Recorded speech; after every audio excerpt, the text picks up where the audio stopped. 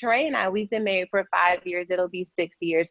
And I feel like we've gone through a lot of transitions as well. And especially within myself, just navigating who I am from season to season, moving to Los Angeles, having a baby when I thought I wasn't going to have any more children. And then this ministry just like blossoming.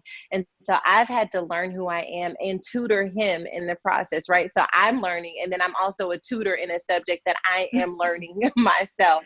And I feel like that is what marriage has been, is me telling him like, listen, I'm still learning who I am, but I want to invite you into this process.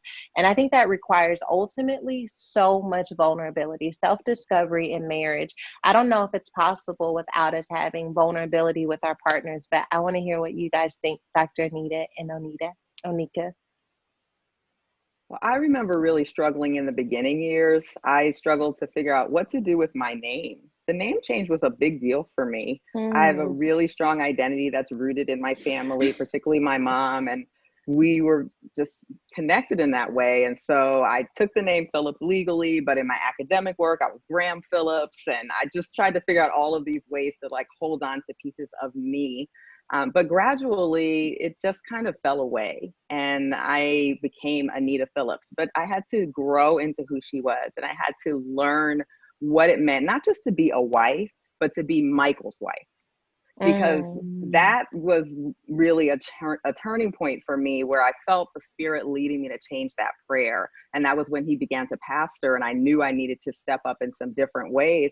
And then my prayer went from, God, help me be a good wife, to God, make me Michael's wife, because he has these specific needs and I want to be able to produce the fruit that will bless his life as a wife while still remaining who I was. So that wasn't a problem, the remaining who I was. It was more about letting go of some of me. Yeah. Oh my, that felt like a whole nother detour right there. Yeah, I didn't have any trouble on that side.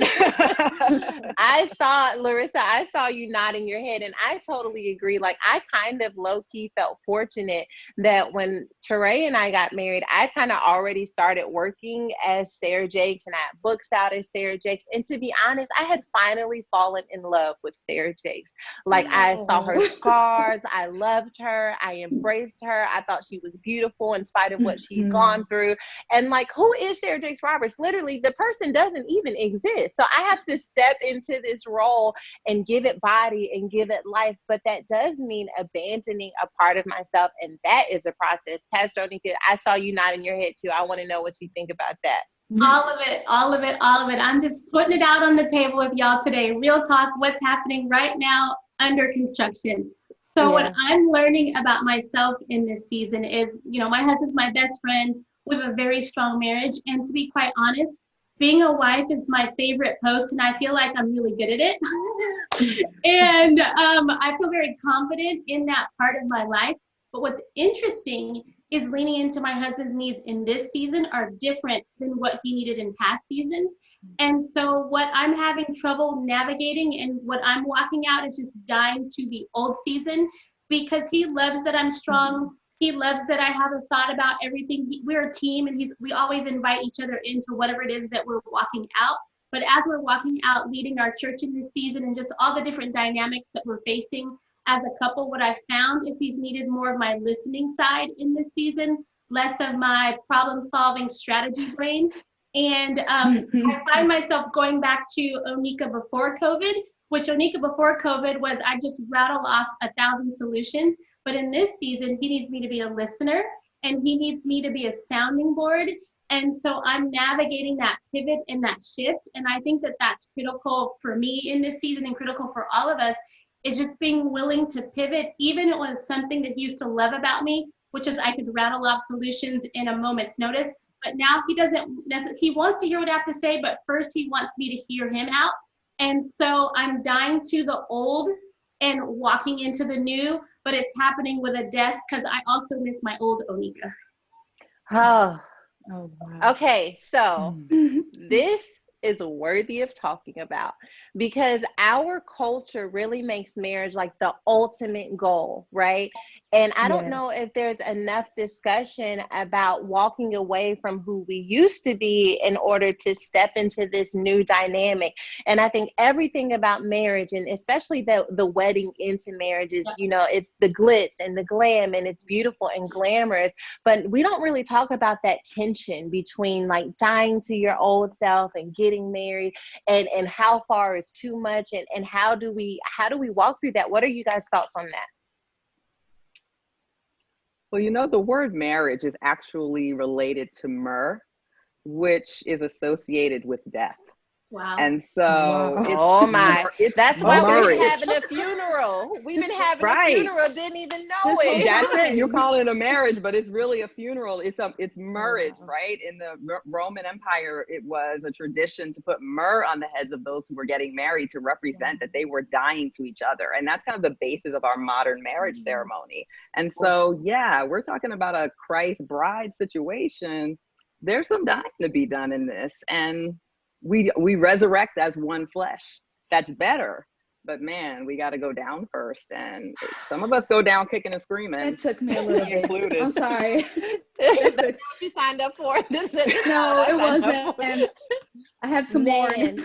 I wonder how much different we would put marriage on a pedestal if we saw it as this like dying to self, because that is exactly what has to happen. Like we have to die to our old ways and thoughts and patterns. But then as we're being resurrected, like we're still this person. So like, how do we navigate this dying to self, but also like new interests and new opportunities are coming our way? So like, I know even within myself, there have been moments where I wanted to stay locked into a certain version of who my husband thought that I was, because I felt like, to Pastor Oneka's point, that like, that's what makes us who we are. But when I saw myself like becoming more vocal or understanding my emotions and really processing those out loud with him, it felt like I was like introducing a new version of me, but we're supposed to be one. So like, how do we, this your own interest, but also becoming one in marriage?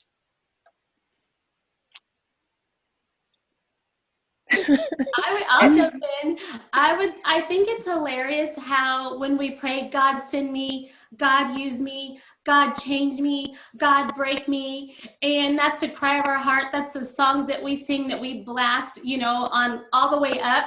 But then walking those things out is a whole nother story. And so when I say, God, I want you to change me, I want you to mold me, I want you to break me, I forget about the pain of the breaking, and I forget about the pain of the molding and the shaping. But on the other side of that is something so beautiful and so fresh. And so in this season, I know for us personally, I'm fighting letting go of the past, but I'm also super expectant of the future, because God wouldn't have us all break to just let us stay there. It's because he wants to introduce us to something new. And so it's you're living in both worlds. You're living into the letting go of the past, but also an expectancy for the future. But we can't step into the future if we don't let go of the past. And so I'm walking it out with y'all, but I'm also very excited about the future. Agreed. So go ahead.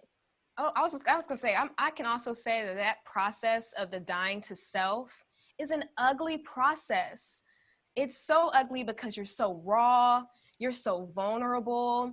You know, when I met my soon-to-be spouse, I had a lot of things that I was tied to, whether it be career and all of these different things that I thought made me.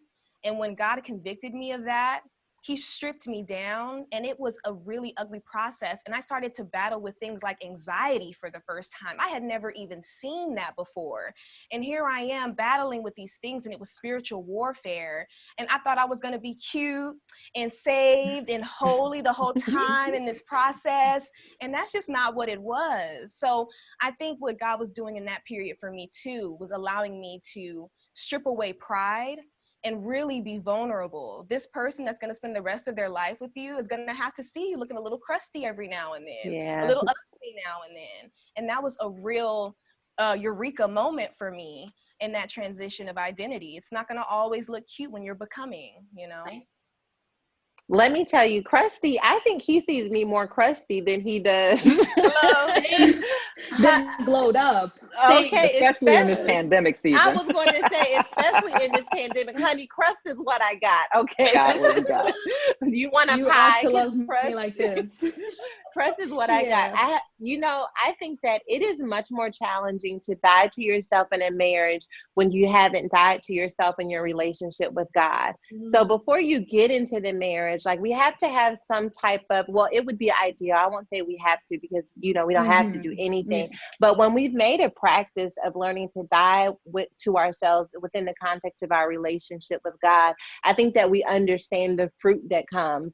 And so that is one thing that I feel like has carried on from single into my marriage, is that I have a knowledge and awareness of what it means to like die to myself in order for that greater resurrection to occur.